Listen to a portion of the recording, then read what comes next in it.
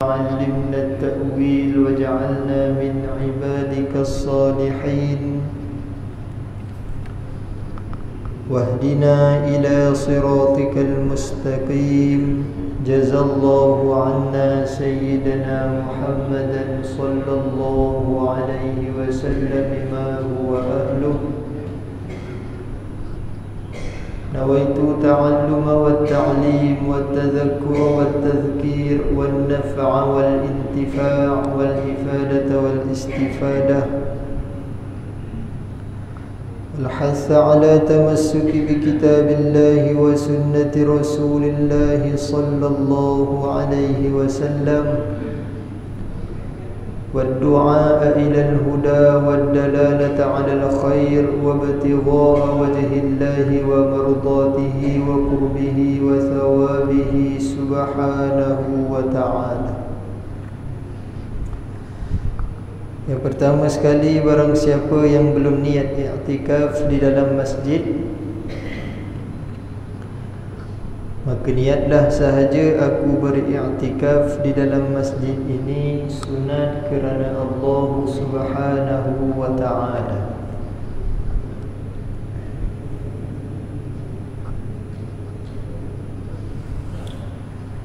Yang saya hormati Tuan Pengerusi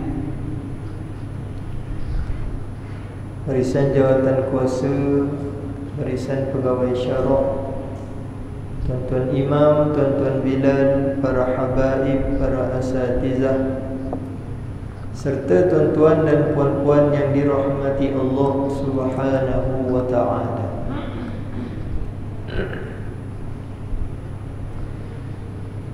Maka alhamdulillah, bersyukurlah kita kepada Allah Subhanahu wa ta'ala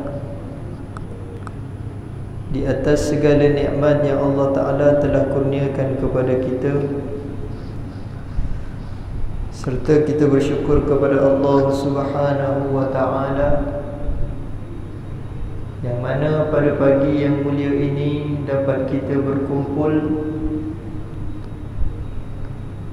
dan kita dipilih oleh Allah Subhanahu wa ta'ala untuk bertemu, untuk kita meneruskan muzakarah pada bacaan kitab Risalah fi Hukmis Salam karangan Al-Alim Al-Allamah Tuan Guru Haji Cik bin Ahmad Al-Qadahi rahimahullahu ta'ala. Maka sebelum daripada kita mulakan muzakarah kita pada pagi ini, maka terlebih baiknya kita menghadiahkan bacaan suratul Fatihah satu kali, khusus bagi junjungan besar Nabi sallallahu alaihi wasallam beserta ahli keluarga baginda beserta para sahabat radhiyallahu ta'ala anhum ajma'in, juga kepada Tuan Pengarang Risalah fi Hukmis Salam, kepada guru-guru kita, ibu bapa kita, suami isteri kita, anak-anak kita, saudara mara kita, kawan-kawan kita, adik-beradik kita, dan untuk diri kita sendiri. Al-Fatihah. A'udzu billahi minasyaitonir rajim. Bismillahirrahmanirrahim. Alhamdulillahi rabbil alamin. Ar-Rahmanir Rahim. Maliki yaumiddin. Iyyaka na'budu wa iyyaka nasta'in. Ihdinas siratal mustaqim. Siratal ladzina an'amta 'alaihim ghairil maghdubi 'alaihim waladdallin.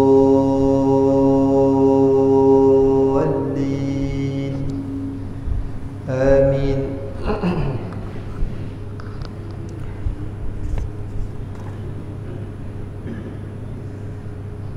ثم قال المصنف رحمه الله تعالى ونفعنا بعلومه في الدارين آمين يا رب العالمين. Adapun lafaz salam yang terlebih afdal lafaz salam itu Assalamualaikum warahmatullah. Dan jawab lafaz salam yang afdal tu Waalaikumsalam warahmatullahi wabarakatuh. Baik, maka kita sambung pada pertemuan kita yang telah lalu pada membicarakan serba sedikit berkaitan dengan hukum salam. Dan pada pertemuan kita yang telah lalu telah kita membicarakan bahawasanya jika seseorang itu dia mendengar seseorang memberi salam kepadanya, yang pertama, orang yang memberi salam kepadanya itu diberi salam itu tidak kena lafaz. Beri salam tu dengan lafaz yang tidak betul. Seumpama contoh yang dibawa datang oleh Tuan Guru Haji Cik, iaitulah Assalamualaikum. Bukan assalam, tetapi Assalamualaikum.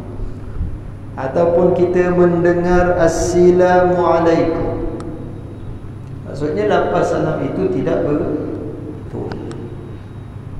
Kemudian yang keduanya, jika seorang itu dia mendengar seseorang memberi salam kepadanya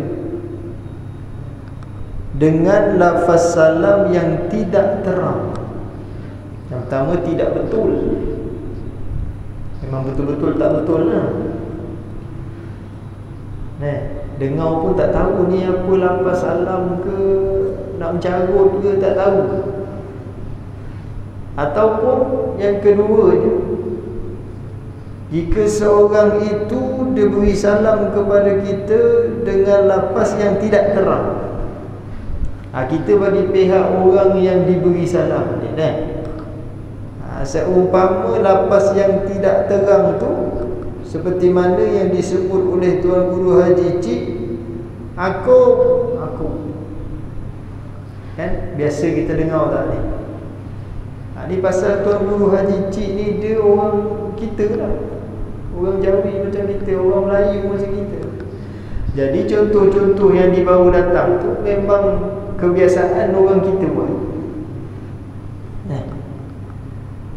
Ataupun lafaz yang tidak terang tu, lafaz beri salam yang tidak terang tu Alaikum aja. Assalam gaib, tak ada lafaz assalam. Maka hukumnya tiada wajib jawabnya, jawab lafaz salam yang diberi kepada kita. Yang pertama dengan lafaz salam yang tidak betul, dan yang keduanya apabila seorang tu beri salam kepada kita dengan lafaz salam yang tidak terang.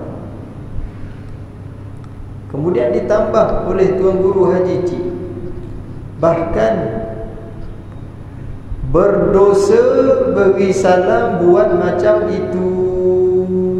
Buat macam mana? Beri salam dengan lafaz yang tidak betul dan beri salam dengan lafaz yang tidak terang itu berdosa. Kerana apa berdosa? Kerana mengerjakan ibadah yang fasadah, itu hukumnya haram. Kerana mengerjakan ibadah yang rosak, ibadah, nak buat ibadah tapi tak jadi ibadah pun. Kerana beri salam tu dengan lafaz yang tidak betul dan memberi salam itu dengan lafaz yang tidak terang, itu hukumnya haram. Ini kita kena ambil tuan-tuan. Nah, kena ambil. Jangan nanti lepas ni ustaz datang ke depan, ustaz beri salam, tuan-tuan juga jawab dalam hati aja. Nah, seperti mana saya tadi lah, kan? Saya sampai tadi, lepas pertama sekali beri salam. Yang jawab Pak Bilal aja. Yang lain semua tak jawab salam. Kalau macam tu saya datang tak nak beri salam lagi lah. Tu. Perhatilah tuan-tuan, cermat sikit cermat. Kerana apa mengerjakan ibadah yang fasadah itu dihukumkan haram? Kerana buat meringan syara'. Kerana itu, kerana buat uluk-uluk, buat gurau-gurau berkaitan dengan pekerjaan syara'. Termasuklah beri salam ni pun syara' menuntut ke atas kita untuk kita mengerjakannya, tetapi tuntutan itu tuntutan yang tidak putus. Kemudian katanya Tuan Guru Haji Cik, adapun lafaz salam yang terlebih afdalnya, yakni lafaz memberi salam yang terlebih afdalnya, yang terlebih baiknya, lafaz beri salam tu iaitu Assalamualaikum warahmatullah. Itu lafaz yang terlebih afdal. Habis tadi ustaz bagi lafaz salam Assalamualaikum warahmatullahi wabarakatuh. Habis di sini Tuan Guru sebut sampai warahmatullah aja. Kaedah dia lebih panjang, lebih afdal. Yang kalau panjang sampai satu muka surat nanti kan, bagi orang yang reti bahasa Arab tu maka ditambah. Seperti mana yang pernah saya dengar lah, kita pun tak pandai. Yang selalu kita dengar panjang-panjang pun orang beri salam Assalamualaikum warahmatullahi wabarakatuh wa maghfiratuh wa ridwan. Panjang. Maka lebih panjang lebih lebih afdal. Lebih panjang lebih afdal. Dengan kita mengikuti kaedah, mengikuti kaedah, orang beri salam dan orang menjawab salam ni dia saling mendoakan, mujawabah begitu. Saling mendoakan. Maka lebih banyak kita mendoakan, lebih afdal, lebih baiklah. Itu dia kaedah dia mengikut firman Allah Subhanahu wa taala, fa idza huyitum bi tahiyyatin fahayyu bi ahsana minha. Jika orang buat baik kepada kita, maka kita balas baik. Bi ahsana minha, lebih baik daripada yang orang buat kepada kita. Aw rudduha, ataupun sekadar kita jawab salam saja. Di sini bukanlah bicara kewajipan, tetapi di sini bicara afdaliyahnya. Afdal beri salam itu lebih panjang, lebih baik. Adapun terangkat kewajipan, pada kita memberi salam, kita jawab ajalah Waalaikumsalam. Orang beri salam, ustaz datang beri salam Assalamualaikum warahmatullahi wabarakatuh. Pak Bilal pun jawab Waalaikumsalam. Itu tidak afdal. Kalau nak bicara afdal, itu tidak afdal. Tetapi lepas tak tuntutan wajib yang dituntut ke atasnya, apabila seorang memberi salam, maka hukumnya wajib menjawab salam, lepas dah. Ini cerita afdaliyah, yang mana yang lebih utama. Bukan wajib lah, bukan wajib. Dan jawabnya, jawab lafaz salam itu, Jawab lafaz salam yang terlebih afdal itu Wa'alaikumussalam warahmatullahi wabarakatuh. Kalau kita tengok di sini Tuan Guru, pada lafaz menjawab salam itu dilebihkan wabarakatuh. Pada lafaz memberi salam tu hanya sekadar sampai warahmatullah sahaja. Itu seperti mana yang saya sebut tadi, fa idza huyitum bi tahiyyatin fahayyu bi ahsana minha aw rudduha. Jika orang beri salam kepada kita, buat baik buat baik ni beri salam pun sama lah, termasuk. Jika orang buat baik kepada kita, maka kita balaslah dengan kebaikan. Kalau kita tak boleh nak balas dengan lebih baik apa yang telah dibuatkan kepada kita, awrudduha, hanya sekadar kita jawab salam saja. Waalaikumsalam pun memadai, tapi tidak afdal. Memadai dengan makna terangkatlah kewajipan yang dituntut ke atas kita untuk kita menjawab salam itu. Alhamdulillah. Jadi beri salam ni tuan-tuan, kebanyakan masyarakat kita ni dia beri salam juga. Dia beri salam juga, tetapi syarat-syaratnya tidak menepati. Seperti mana yang telah kita sebut, syarat memberi salam itu 3. Syarat memberi salam itu 3. Pertamanya, tidak boleh perjumpaan di antara satu belah pihak dengan pihak yang lain itu tidak boleh dimulai dengan kata-kata lain, melainkan dia mulakan perjumpaan itu dengan dia memberi salam. Itu pun jika tidak lupa. Kalau lupa dimaafkan. Kemudian syarat yang keduanya, memberi salam itu mestilah dengan kuat suara sehingga didengar kepada orang yang nak diberi salam.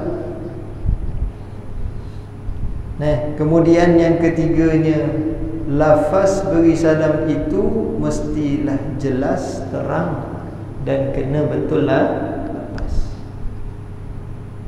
Maknanya 3 syarat ni kalaulah tidak terangkat, maka tidak dibilang ataupun tidak mendapat pahala memberi salam. Tak dapat pahala. Berbuih macam mana, 1,000,000 kali satu hari tu, dalam masa 24 jam 1,000,000 kali beri salam pada orang. Tapi jika tidak menepati ketiga-tiga syarat ini 1,000,000 kali pun, maka tidak dibilang dan tidak orang panggil apa, tidak mendapatkan pahala sunat. Ni saya ulang sekali lagi tuan-tuan. Berilah salam dengan menepati ketiga-tiga syarat ini. Tengok masyarakat kita makin lama makin terkebelakang. Kita di zaman kita hari ini canggih kan, macam-macam ada ni, buat live lagi, kamera, handphone, boleh tembak bulan handphone, tengok apa ada kat bulan, boleh zoom sampai bulan. Punya canggih. Tapi dalam masalah salam pun kita masih lagi tidak menepati syarat. Sebab itulah masyarakat kita hari ini makin lama dia makin jauh dengan agama. Makin lama makin jauh. Kita duduk di dalam masjid ni tuan-tuan, kita tak tahu masalah masyarakat di luar sana. Sebab kita jumpa hari-hari orang masjid aja. Di luar sana macam-macam. Sehingga kan orang muda hari ni, orang muda ni maksud saya budak-budak baru nak up lah. Budak-budak baru nak up, budak sekolah 20-an, awal 20-an, sudah menjadi kebiasaan bagi diri mereka untuk melanggar hukum syarak. Biasa saja, tak ada rasa takut. Berdua-duaan di dalam sebuah tempat ataupun sebuah kereta, kita datang ketuk tingkap, "Encik nak apa? Apa salah saya?" Dia rasa benda tu tak salah. Normal aja benda tu, biasa aja. Padahal dia power sebelah dia makwa ni, dia rasa okey. Dah menjadi kebiasaan. Kita kalau duduk di pejabat agama, pelik-pelik masalah masyarakat ni. Kita masalah kita kat masjid ni hanya sekadar masalah masyarakat masjid aja. Tapi duk pejabat agama macam-macam.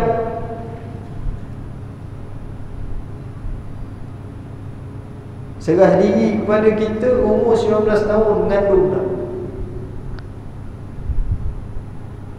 Serah diri. Dinasihat oleh mak bapak dia boleh senyum mak bapak dia. Dia tak rasa bersalah, tuan-tuan. Dia tak rasa bersalah perbuatan tu.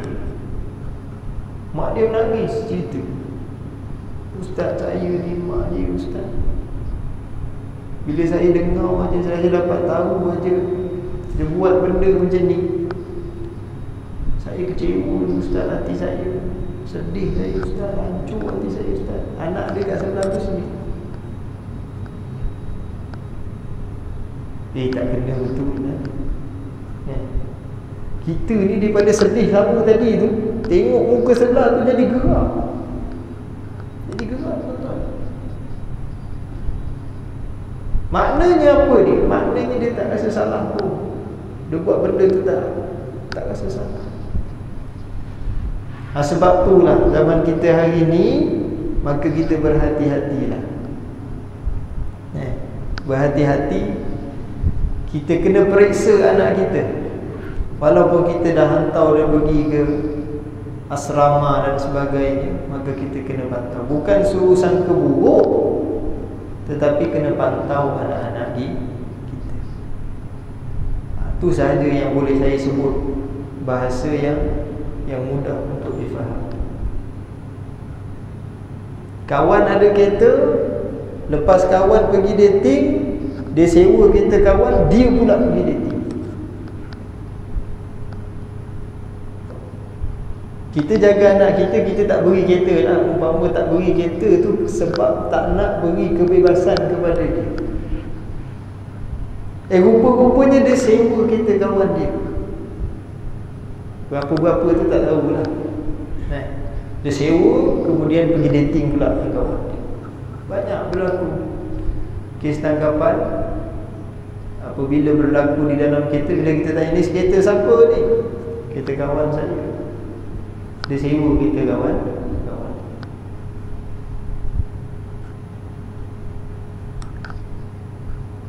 Tak payah cerita beri salam jawab salam, lagilah tak pernah sepatah habuk pun.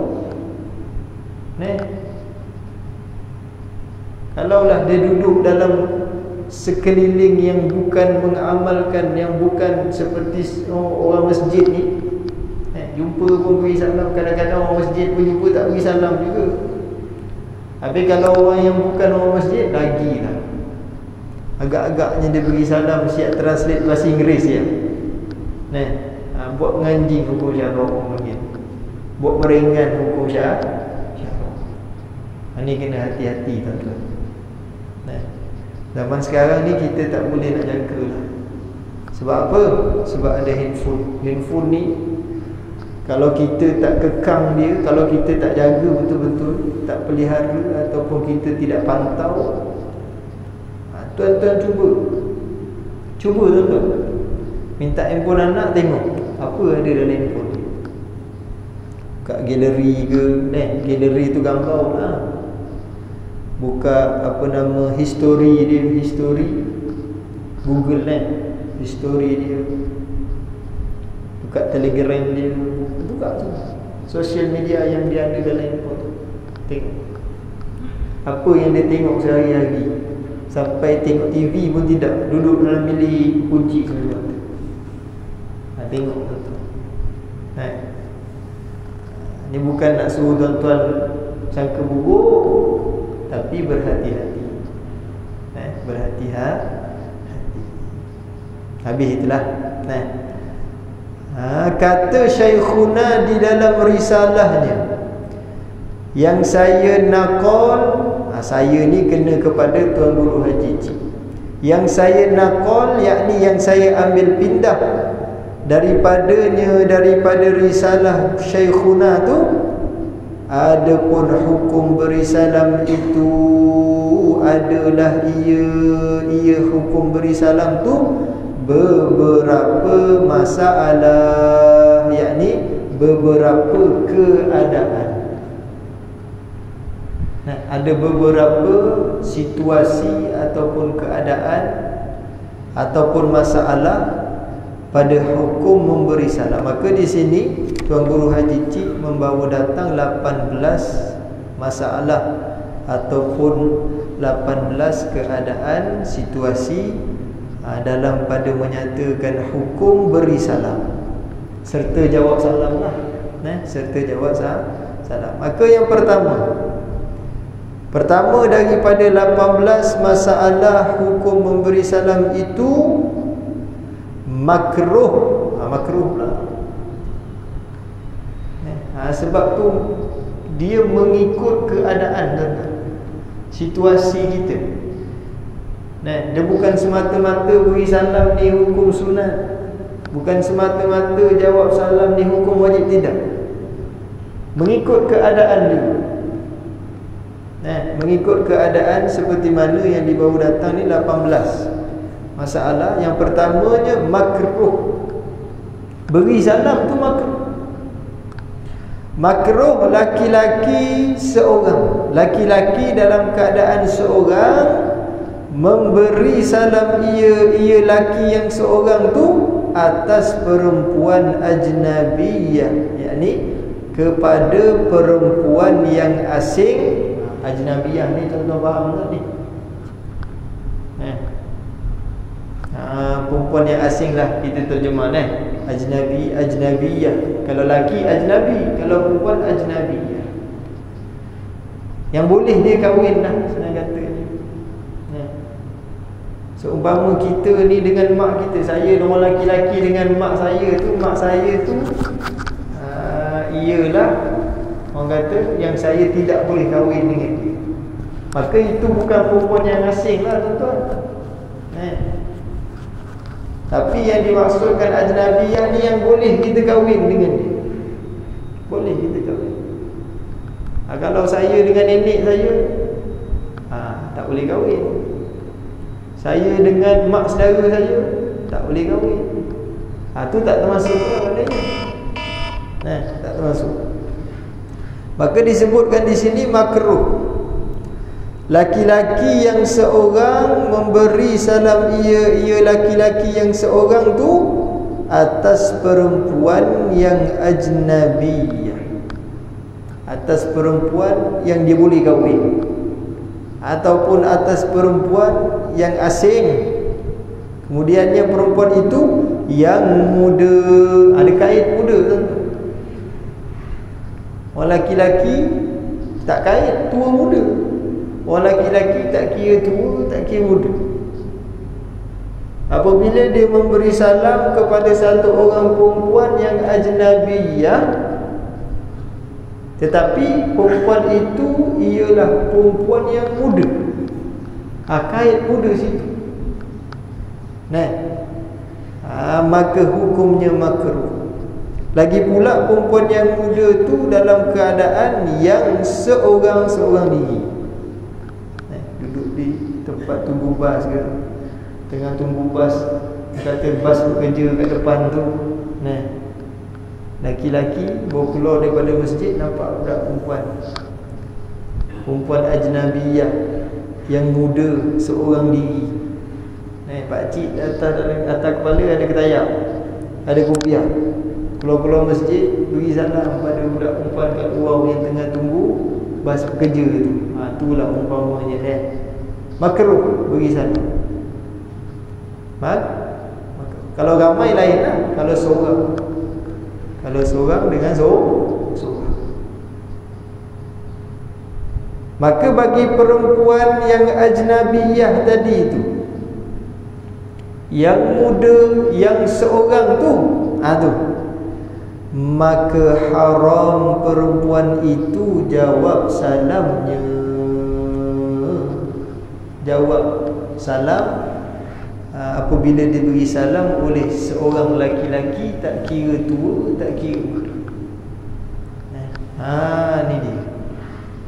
Orang laki-laki dia memberi salam kepada orang perempuan yang dalam keadaan seorang, yang lagi muda lagi dia ajnabiyah. Itu hukumnya makruh. Tuan-tuan, makruh ni saya banyak kali ulang lah, pasal orang kita ni dia pandai bercakap. Makruh ni ialah perkara yang syarak tuntut ke atas kita untuk kita tinggalkan perkara itu. Jangan buat perkara makruh.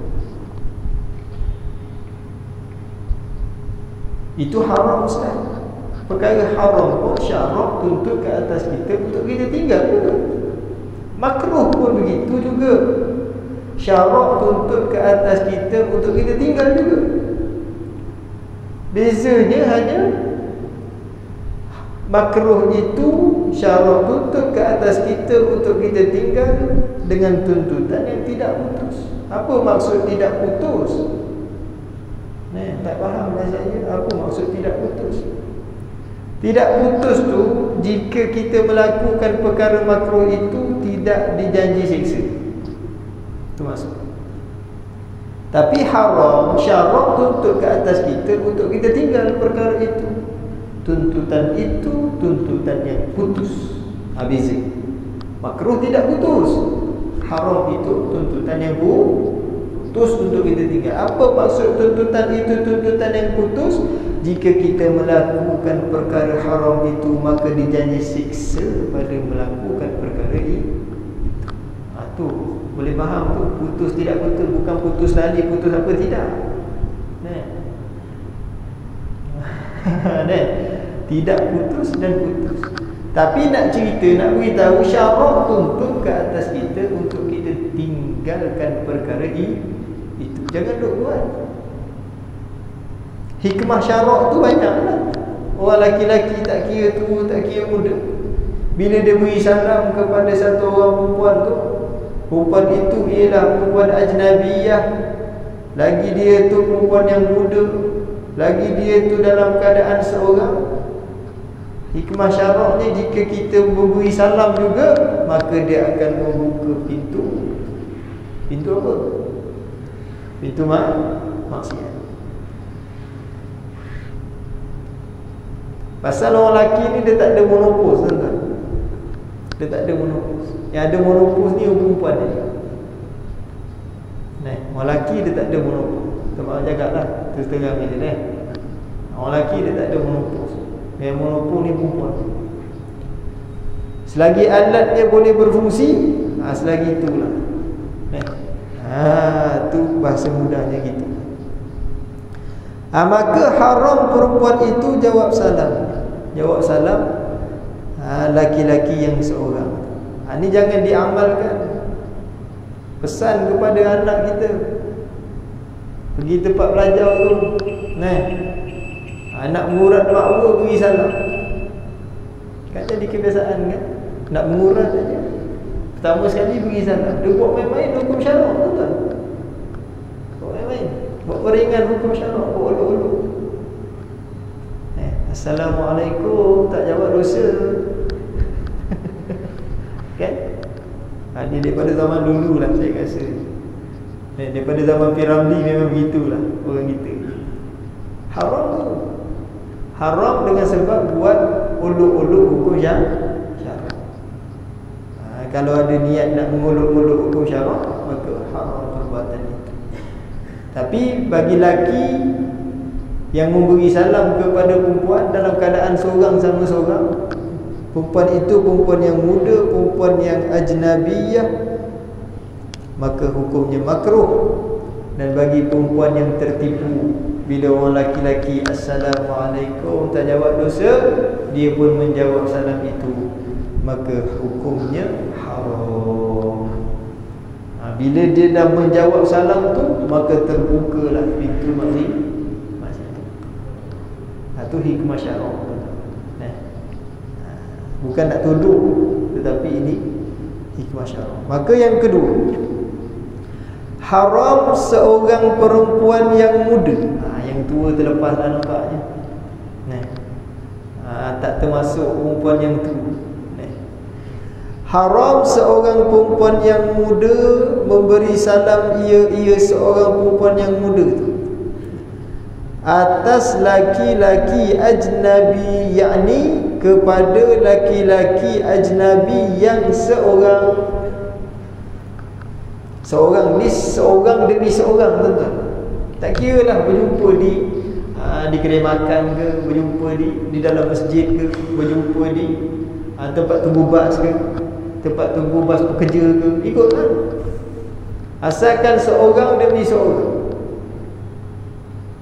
Apabila seorang perempuan yang muda dia memberi salam kepada orang lelaki yang ajnabi yang boleh dia kahwin, lelaki itu pun dalam keadaan seorang, maka hukumnya haram, tak boleh. Maka apabila seorang perempuan muda yang memberi salam kepada lelaki yang ajnabi yang dalam keadaan seorang tu, hukum haram, maka makruh laki-laki itu jawab salamnya. Laki-laki itu jawab, hukumnya makruh. Berat sikit lah orang perempuan ni. Orang perempuan ni berat, haram hukum. Tapi bagi orang laki-laki situasi yang agak orang kata lebih kurang dekat-dekat, terbalik sikit aja. Orang lelaki beri salam kepada orang perempuan yang ajnabiyah, yang muda dalam keadaan seorang, hukum makruh. Jawab salam itu haram. Ada orang perempuan haram jawab salam. Adapun orang perempuan yang muda dalam keadaan seorang, dia memberi salam kepada lelaki yang ajnabi, itu haram. Tetapi lelaki yang diberi salam oleh orang perempuan yang muda itu, hukumnya jawab. Ada simpel aja, tuan-tuan. Kerana apa? Boleh bertukar hukum? Kerana boleh membuka pintu maksiat. Ingat deh, orang lelaki tak ada kait muda deh. Orang lelaki tua muda sama. Ada orang perempuan di sini, perempuan yang muda. Kemudian yang ketiganya, sunat. Sunat, wallahu a'lam lah, 7-10 lah. Sunat perempuan beri salam atas sama perempuan atau perempuan bersama laki-laki, maka jawab salamnya wajib. Wallahu a'lam wa 'ilmuhu atam. Jazakumullahu khairan jazaa. Ada soalan, tuan-tuan? Jawab salam beri salam takkanlah soalan ni. Ini bukan mengajar ilmu akidah ni. Ada juga. Ringkas saja ni. Haji syarat salam kan? Yang pertama tu jangan diselangi oleh perkataan didahului. Selepas salawat juga bismillahirrahmanirrahim. Assalamualaikum. Itu tidak dianjurkan. Biasanya memang banyak macam tu. Mana-mana sekarang jadi trend. Tak boleh ya? Itu bukan tak boleh, tidak dianjurkan. Hukumnya apa? Hukumnya wallahu a'lam, saya tak tahu. Orang beri salam, syarat yang pertama tadi beri salam, kan? Yang pertama sekali, tidak boleh didahului dengan apa-apa cakapan. Mestilah didahului dengan apa salam. Maka ada orang tanya, pakcik tanya, habis kalau orang tu dia beri salam, sebelum beri salam dia ucap bismillahirrahmanirrahim, kerana lafaz ini lafaz yang dimuliakan di dalam agama kita. Tidaklah menjadi orang kata haram, tetapi tidak dianjurkan. Kerana kita mengaji dah, kita baca dah, bahawa memberi salam itu dengan 3 syarat. Maknanya sebaik-baiknya mulakanlah dengan lafaz salam. Maksudnya kita, kalau kita dengar orang baca bismillah dulu ke, a'udzu dulu ke, baca doa dulu ke, jangan kita marah pada dia lah.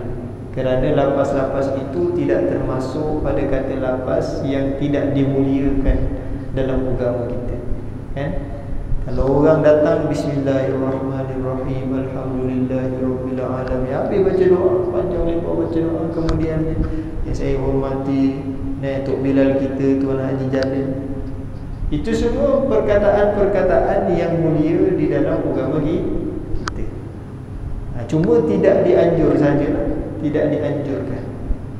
Adapun yang dianjurkan seperti mana 3 syarat yang telah kita sebutkan. Maksudnya tidaklah menjadi satu kesalahan, tidaklah menjadi satu kesalahan sehingga kita boleh kata haram, haram buat perkara kita. Cuma itu perkara yang tidak dianjurkan. Sedangkan kita telah tahu syarat memberi salam tu dengan 3. Kerana apa ada syarat tu? Kerana nak mendapatkan pahala sunat memberi salam. Maka jika tidak terangkatlah ketiga-tiga syarat itu, adakah hasil, adakah dia dapat pahala sunat itu? Tu sajalah yang boleh saya jawab. Tak ada dah. Tak ada soalan lagi, kita nak semayang ni dah. Wallahu a'lam. Wa sallallahu ala sayyidina Muhammad wa ala alihi wa sahbihi wa baraka wa sallam. Walhamdulillahi rabbil alamin. Assalamualaikum warahmatullahi wabarakatuh.